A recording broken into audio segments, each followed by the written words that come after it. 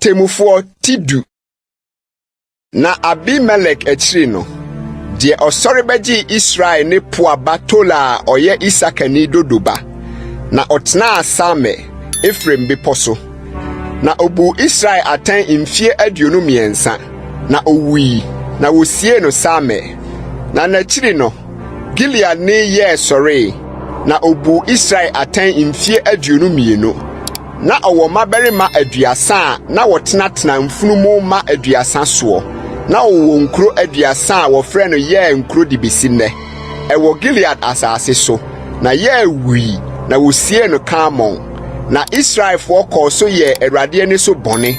Na wosom Baalim ne Astarot ne Syria enyame ne Sidom enyame ne Moab enyame ne Amonfo enyame ne Filistifo enyame na wogya Awurade ho na wansom no.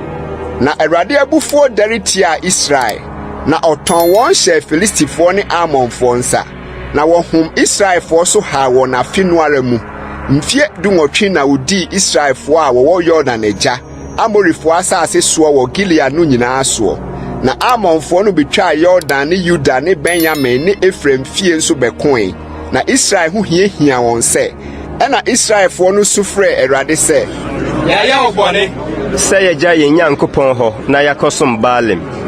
Na Awurade ka kyerɛ Israelfo sɛ Misraim ne Amorifo ne Amonfo ne Filistifo ni Sidomfo ne Amalek ne Maon anhyɛ mo so na musu frɛ me no megye mu firi wɔn nsam na mo de mo agya me hɔ akɔsom anyame foforo enti merenkɔso menyi mu bio monkonkosom frɛ anyame a moyi wɔn no na wɔnye mo ahohia bere mu. Na Israelfo no ka kyerɛ Awurade sɛ yɛayɛ bɔne wo de yɛyɛn sɛ de yɛwɔ w'ani so nyinaa Gyeɛnko na gyeɛ ne dei. na woyiyi anyame ananafo no firi wɔn mu na wɔsom Awurade. Na Israel ama ne hunu no yɛ ne kra ahomete. Na Amonfo no hyia ba bɛkyerɛ nsraban Gilead. Na Israelfo no nso boaboa wɔn ano kɔkyerɛ nsraban Mispa.